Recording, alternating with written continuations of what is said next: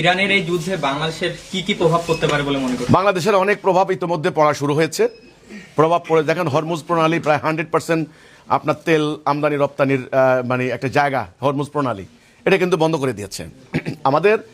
আমরা যেখান থেকে তেল আনি, গ্যাস আনি, অলরেডি আমাদের গ্যাস প্রায় আপনার গ্যাস নিয়ে গত মাসে কিন্তু ব্যাপক তুলকালাম ঘটেছে। ঢাকাতে কিন্তু আমার বাসা শুদ্ধ, অনেকের বাসায় সারাদিন কোনো গ্যাস থাকে না, রাত 3টার পর থেকে আমাদের লোকেরা রান্নাবান্না করতে যায়। তো এই গ্যাস আমরা আমদানি করি যেখান থেকে, যে জায়গাগুলি থেকে, সেই জায়গাগুলির যে চ্যানেলটা হরমুজ প্রণালী এটা কিন্তু বন্ধ। আর একটা আছে ওমান। তো কাজেই এটা প্রভাব পড়বে। তেলের বাজার অনেক দায় করে বাড়বে, পেট্রোল জ্বালানি খরচ মানে জ্বালানি সংকট বাড়বে, আমদানি রপ্তানির উপর প্রভাব পড়বে। সরকার ইতিমধ্যে বলেছেন ট্যাক্স বাড়াতে হবে।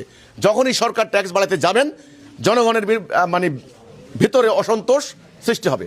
তো কাজেই এই ইরান যখন হরমুজ প্রণালী বন্ধ করে দিয়েছে, তখন আমদানি রপ্তানির উপরে ব্যাপক প্রভাব পড়ছে। তার মানে বাংলাদেশের ব্যবসা বাণিজ্যের উপরও নেতিবাচক প্রভাব পড়বে। এই